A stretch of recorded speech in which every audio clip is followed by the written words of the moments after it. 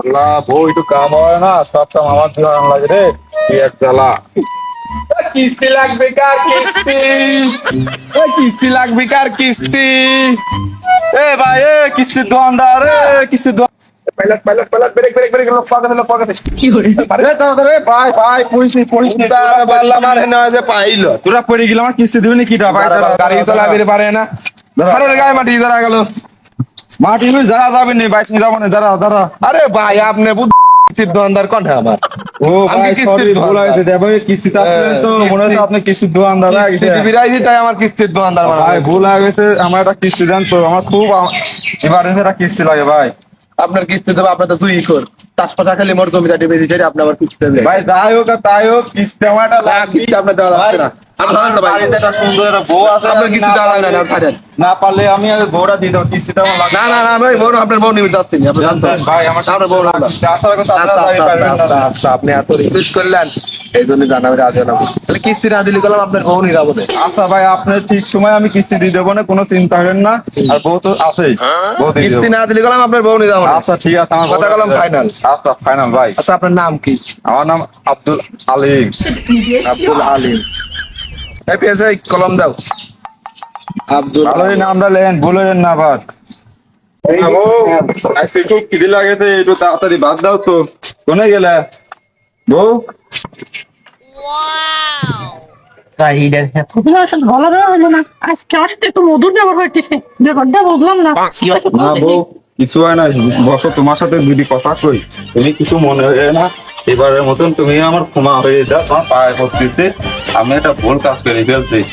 ভুল কাজটা হচ্ছে কিস্তি তুলেছিলাম, আর কিস্তি আলা করেছিলাম যে হচ্ছে টাকা না দিতে পারলে আমার সুন্দরী বউটা দিয়ে দেবো না।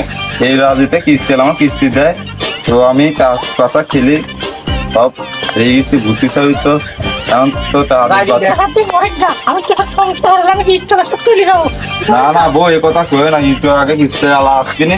তুমি কবে নিয়ে যে ও অসুস্থ হয়ে শুই আছে, আমার এবারের মতন সময় হয়ে দাও।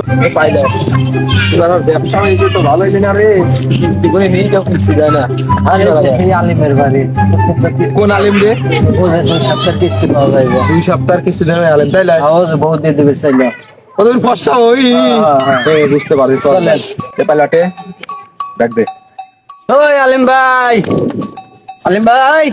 ওরে বউ, ওরা চলে যেতে এবারের মতন আর ক্ষমা করে দে বউ, এবার ক্ষমা করে দে বউ। তুই যা কথা, ওর হচ্ছে জ্বর আছে, ও হচ্ছে উঠির পাচ্ছিস না, যা একটু করে আয়, যা। আমি একটু পলালাম। আমি একটা ভালো কথা কই, আপনার যে কালা বউটা আছে না, হ্যাঁ ওই বাদ দেশে এই বউটা নিয়ে চলে যাইবে। তুই ঠিক কথা কইছিস। তো দলা বউ কালা বউ আজকেই তালাক দেবো, আর ওই দলা বউটা আজকেই নিয়ে চলে যাবো। তাই গেলে এই কাজ তো এই কাজ তো এই কাজ তো তো মালটা তো সেই রে। কে? আব্দুল আলিম ভাই নাই? না তো জ্বর এসেছে। আপনি কি ওনার স্ত্রী?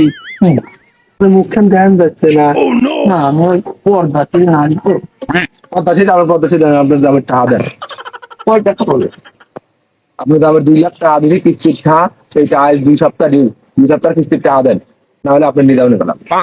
আপনার দাম ওই খাতা কলমে লেই দেবে। যদি আমি কিস্তি না দেই তাহলে আমার বউ নিয়ে যাবে। বউ বউ স্যার অত কথা বাদ দেন, চলেন নিয়ে জায়গা। আমার ভাত কাপড়ের কথা নিয়ে আছে, আর ভাত খাওয়ার কিস্তি দেয় না। আমি থাক চারিটা আমি ওর সাথে চলে গেলাম।